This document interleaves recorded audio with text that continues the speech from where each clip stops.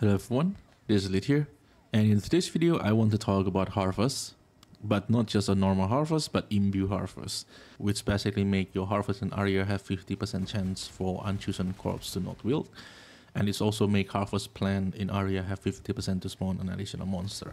For the map, as usual, we will chisel them to 20% quality and arc and reroll them until we have minimum 80% quantity. This is standard map that I use on all my tests. However, if you have access to 8 mod or 8 mod with 20% quality, I really highly recommend using that one. It will significantly improve your yield. And for the scarabs, the first scarab that we're going to use is Horn Scarab of Awakening.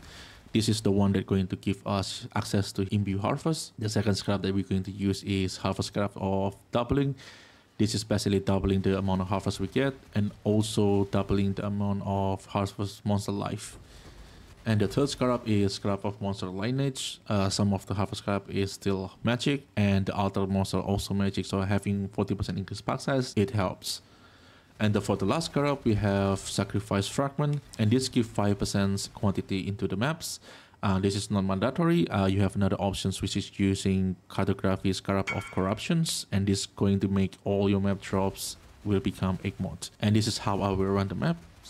I will get into the map, I will kill everything on the way until I get harvest. When I see harvest, I will go inside the harvest. I will not bother clear all the maps. But like I said, if you use Cartography Scarab of Corruptions, you want to finish all the map because you will need the maps. And for the crop rotations, we will talk about the priority first, as number one is Yellow Life Force, because this strategy is trying to target from Yellow Life Force. The second one will be Blue Life Force, because Blue Life Force have a little bit better price than Purple Life Force.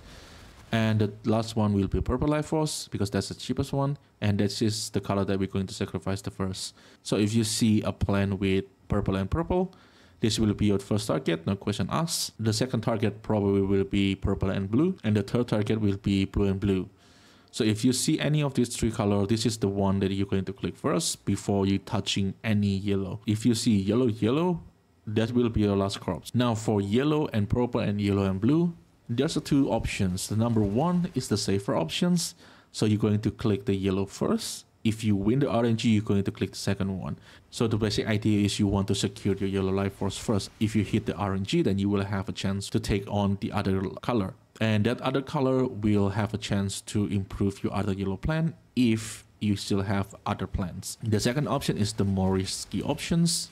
So you will choose the other color first. In this one, if you win the RNG, the yellow will not wilt, and the yellow will be also upgraded because you choose another color, and that basically means you will get better reward. This is a very reasonable method, both of them, because the chance for the crops to not wilt in this strat is 60%, so this is a very reasonable odds to take. For me personally, it's really depending on two things. Number one is how many tier 3 the yellow crops have, and number two is how many yellow crops left in the entire harvest. So if the yellow crops only have like 1 or 2 tier 3, I will be more willing to sacrifice it.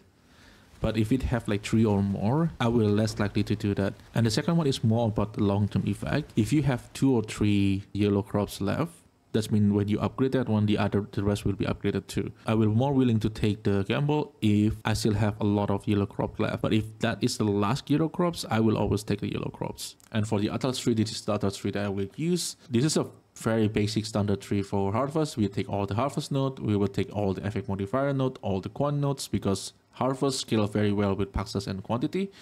And the way that we can increase that one is by taking the quantity wheel and also increase the effect modifier, which is going to increase in quantity and pack size. One note here is for the scarabs node. The scarabs node is not necessary. If you using Cartography Scarab of Corruptions, you will want to change all the scarabs node into maps node. That's mean like shaping the sky, shaping the mountain, and also shaping the world. And also all the small node for maps. This will help you get more maps. And another node for the crop rotations is I'm not blocking yellow.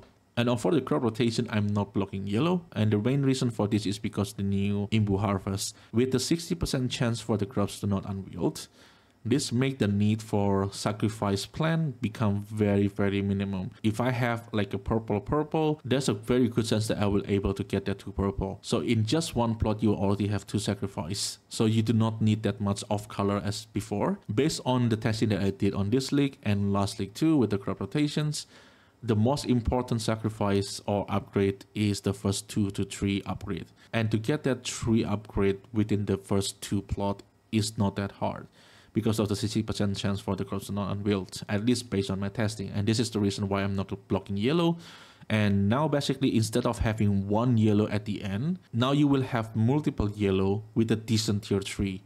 So that's the basic idea, and based on my testing, this does perform better. The rest of it is, I think, is pretty self-explanatory. If you do not want to use Ember or any other league mechanic, you can allocate this point into elsewhere. And this is the breakdown of the 50 map test. The most expensive on the cost is Horn of Awakening, is 70C per map. So this make the total cost is 42.63 divine, and this make the cost per map is 1.71 divine, which is pretty high. And the result, we have 333,070 yellow life force, and this is a lot of yellow life force. And the second one, we have 76,000 blue life force and 15k purple life force. And for the Sacred Blossom, I get only 2. I think this is below RNG because I do see quite a lot of T4, and this make us have a net profit of 50 divine. And the time per map I put here is 3 minutes. In my own run, it's around 2 and 2.5 minutes. But I think put 3 minutes there is kind of reasonable. Sometimes when you're 60% chance for the corpse to not wield, it proccing all the time, meaning you just winning all the RNG. The map does take longer because you have to do more harvest. So I think 3 minutes is reasonable, and this gives us 20 div per hours. I will say this is still pretty good, and personally for me, this is very fun. And this is basically here doing gamba, but the odds is on your favor. So in my opinion, this one is very, very fun. The main problem I think is the price of Horn of Awakening. So this basically cut our profit quite a lot. And I think Horn of Awakening also used on another strat, which is Fractured Farms. This is probably why the price is still very high. That farm is not easy to do, but if you know what you're doing, you can make a lot of money with it. And this is probably why the Horn of Awakening is still 70C. But other thing to note is the nature of this farm is very RNG-ish. It's really about how much you win the 60%. In my worst map, I think I only get like 400 to 500 yellow life force. It's very, very terrible. I think that map is basically like I only have 1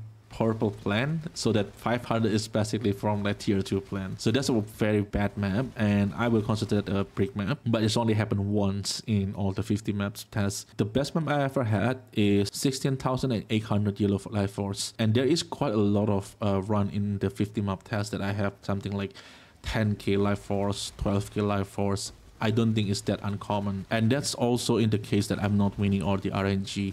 There's a lot of farm that I have like tier 2, tier 4 plan at the end, but I'm not winning the RNG, but I'm still going home with 10k life or something like that. So I think this farm is worth a try at the very least. Try it out and let's see if you like it. For me, 20 div per hour is not that bad. And I think that's basically conclude the video.